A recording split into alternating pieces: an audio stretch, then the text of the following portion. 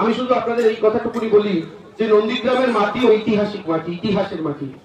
এখানে আপনারা প্রত্যেকে, আপনাদের প্রত্যেকের পরিবারের হাজার হাজার ত্যাগ, তিতিক্ষা, রক্ত, তার বিনিময়ে এই মাটি গোটা পৃথিবীর সামনে আজকে একটা পরিচিতি লাভ করেছে এই সংগ্রামের জন্য, লড়াইয়ের জন্য।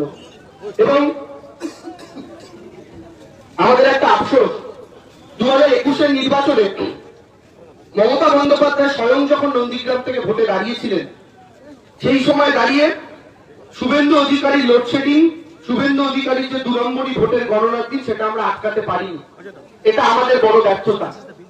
কিন্তু আমার বিশ্বাস এই এলাকার মানুষ আগামী দিনে মমতা বন্দ্যোপাধ্যায় ঝুলি পূর্ণ করে দেবেন, এটা আমরা বিশ্বাস রাখি। আমরা বিশ্বাস রাখি আপনাদের আশীর্বাদ মমতা বন্দ্যোপাধ্যায় এবং তার প্রার্থী হিসাবে আমরা পাবো। আমি আপনাদের শুধু একটা কথা বলি, আমার একটা জিনিস আজকে অদ্ভুত লাগলো। আপনাদের একটু দূরে আরেকটা প্রোগ্রাম হয়েছে যেখানে শুভেন্দু বাবু এসেছিলেন, কিন্তু আপনাদের এখান থেকে বিজেপির প্রার্থী হতে পারেন বলে একজনের কথা খুব শোনা যাচ্ছে, টিভিতে শোনা যাচ্ছে। তার নাম যদিও ঘোষণা হয়নি, কিন্তু কয়েকদিন আগে তিনি তমলুকে এসেছিলেন। তমলুকে এসে পুজো টুজো দিলেন, ঘুরলেন টুরলেন, যেন প্রার্থীরা যেভাবে আসে সেভাবেই এলেন, কিন্তু তার নাম ঘোষণা হয়নি, যদিও তিনি প্রচারে ঢুকে পড়েছেন। কিন্তু অদ্ভুত ব্যাপার, প্রচারে ঢুকে পড়েছেন। আচ্ছা, আমি জানি না, ইনফরমেশনটা আমার কাছে নেই, উনি কি এই প্রোগ্রামটা ছিলেন? আসেননি তো, নন্দীগ্রাম দিবসে আসেননি। তার একদিন আগে এসে তমলুকে ঘুরে গিয়েছেন, এইখানে এসে ঘুরে গিয়েছেন, কিন্তু নন্দীগ্রাম দিবসের দিন নন্দীগ্রামের মাটিতে পা রাখেননি বিজেপির হবু প্রার্থী। আপনারাই সবটা বিচার করতে পারছেন, আমার আলাদা করে বলে দেওয়ার দরকার নেই। আসলে কাদেরকে ভোটের ময়দানে নামাচ্ছে? যে মানুষটা কদিন আগে বিচারপতি ছিলেন, হঠাৎ করে তার কি ইচ্ছা হলো আমি রাজনীতি করব। বাচ্চা যেমন লজেন্স চায়, একদিন বলে মা এই লজেন্সটা খাবো, কালকে বলবে মা অন্য একটা লজেন্স খাবো। তেমন আমাদের প্রাক্তন বিচারপতি, আজকে তার বিচারকের লজেন্স খাওয়ার ইচ্ছা হয়েছে, কালকে আবার তার এমপি হওয়ার লজেন্স খাওয়ার ইচ্ছা হয়েছে, তো তিনি ভোটে হঠাৎ করে দাঁড়িয়ে পড়ছেন। এখন আমি আপনাদের কাছে জিজ্ঞেস করছি, এই লোকটা যদি একটাও ভোট পায়, ভগবান না করুন ধরুন বাই চান্স জিতে গেল, তাহলে কি হবে বুঝতে পারছেন? যে লোকটা হঠাৎ করে রাজনীতিতে এসছে, সে হঠাৎ করেই রাজনীতি থেকে সরেও যেতে পারে, কালকে বলতেই পারে আমার না রাজনীতি ভালো লাগছে না, আমি বিজেপিতে ঠিক মানিয়ে নিতে পারছি না। আর সেই দিনকে যদি আপনার ভোটে এমপি হয়ে যায়, তারপরে যদি দেখা যায় রাজনীতি ছেড়ে দিয়েছে, 4.5 বছর কি আপনারা কপাল চাপড়াবেন বসে বসে? কোথায় এমপি কে গিয়ে খুঁজবেন? অলরেডি বিজেপির যারা সাংসদ ছিলেন, তৃণমূলের টিকিটে জিতেছিলেন, তারা গত 3 বছর শুভেন্দু বাবু বিজেপিতে যোগ দেওয়ার পর দিব্যেন্দু বাবু বা শিশির বাবুরা কোনো কাজ করেননি, লোকসভাতেও ঠিকঠাক করে যাননি, মানুষের দুঃখের কথা তুলে ধরেননি। এই রিস্ক আর তমলুক লোকসভা কেন্দ্রের মানুষ দেবেন না বলেই আমার বিশ্বাস। আর আমি আপনাদের কাছে জানতে চাই, আপনারা নিজেদের মনকে একবার জিজ্ঞেস করুন, গত আগামী 5 বছর কাজ করতে তো হবে, শুধু জিততে হবে না, এলাকায় যেতে হবে, মানুষের পাড়ায় পাড়ায় পৌঁছতে হবে, মানুষের দুঃখের কথাগুলো লোকসভায় তুলে ধরতে হবে। আমি আপনাদের জিজ্ঞেস করছি, যে লোকটা বসে বসে এতদিন কাজ করেছে, 61 বছর প্রায় বয়স, যদি যেতে সেই লোকটা 5টা বছর বেশি মানুষের ঘরে ঘরে গিয়ে 5 বছরের কাজটা বেশি ছুটে দৌড়ে করতে পারবে, নাকি আপনাদের আশীর্বাদ যদি পায় একটা 28 বছরের ছেলে বেশি দৌড়ে আপনাদের পাশে দাঁড়িয়ে কাজ করতে পারবে? এই বিবেচনা আপনারা করবেন মায়েরা দাদারা, আমি বলে দিতে চাই না।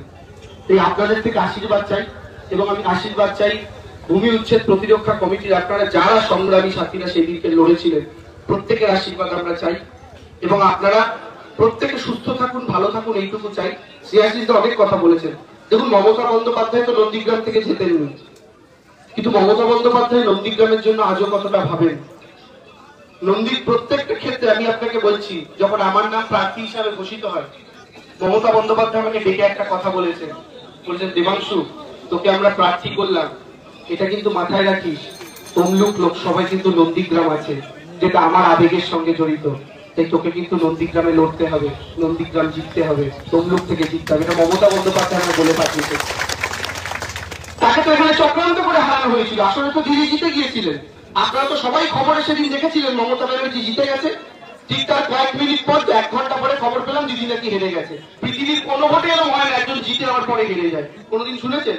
শুভেন্দু লাইট নিভিয়ে লোডশেডিং করে কাণ্ড কারখানা করেছিল।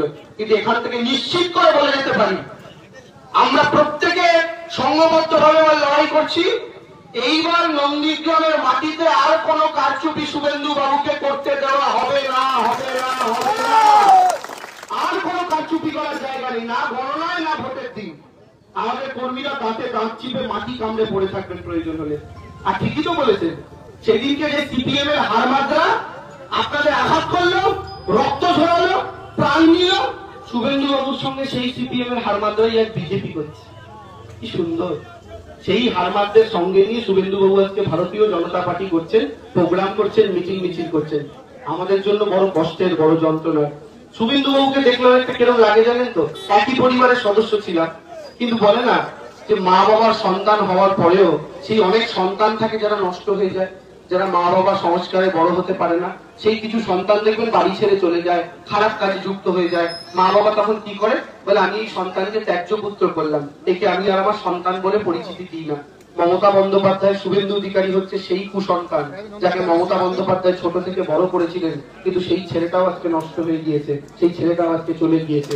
তাই সেই ছেলেটার প্রতি আর কোনো টান আমাদের নেই, কিন্তু আমরা এইটুকু বলতে পারি, দেখলে খারাপ লাগে যে হত্যাকারীদের সঙ্গে তারা ঘুরছে। এবং সর্বোপরি নন্দীগ্রামে যারা আন্দোলন করেছিলেন তাদের বিরুদ্ধে সিবিআই কেস দিয়েছিল, আপনারা জানেন। সেই কেস অনেকাংশে দমে যাওয়ার পরেও শুভেন্দু বাবু আবার 10টা কেস খুলিয়েছে। যে 10টা কেস খোলার পর আজও নন্দীগ্রামের শহীদ পরিবারের সদস্যদের, সংগ্রামীদের অনেককে হ্যারাসমেন্টের শিকার হতে হচ্ছে। আমি এইটুকু বলি, একজন মানুষ তিনি যদি সত্যি নন্দীগ্রামকে ভালোবাসতেন, তিনি কোনোদিন শহীদ পরিবারদের আর সংগ্রামী মানুষদের সিবিআই দিয়ে হ্যারাসমেন্ট করতে পারতেন না। তিনি সেই কাজটা এখনো করছেন।